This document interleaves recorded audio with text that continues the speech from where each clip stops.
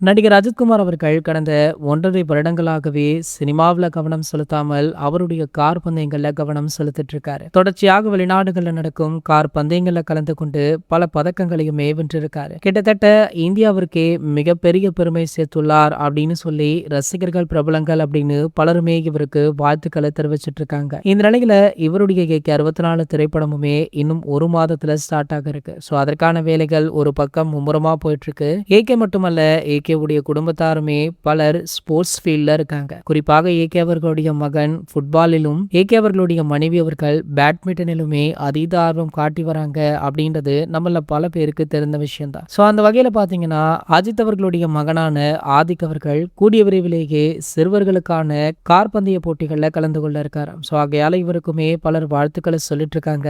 அதுல குறிப்பாக தற்போதைய தமிழக முதல்வரான விஜய் அவர்களுமே ஏகே அவர்களுக்கு போன் போட்டு ஆத்விக் அவர்களுக்கு வாழ்த்துக்களையுமே தெரிவிச்சிருக்காரா. சோ இந்த தகவல் தற்போது இவங்களுடைய நட்பை வெளிக்காட்டுது. ஆகையால பாத்தீங்கன்னா இருதரப்பு ரசிகர்களுமே இதனை ஷேர் பண்ணிட்டும் இருக்காங்க. இது போன்ற செய்திகளை பத்தி நீங்க உடனே தெரிஞ்சுக்க நம்மளுடைய சேனலை மறக்காம சப்ஸ்கிரைப் பண்ணிக்கோங்க.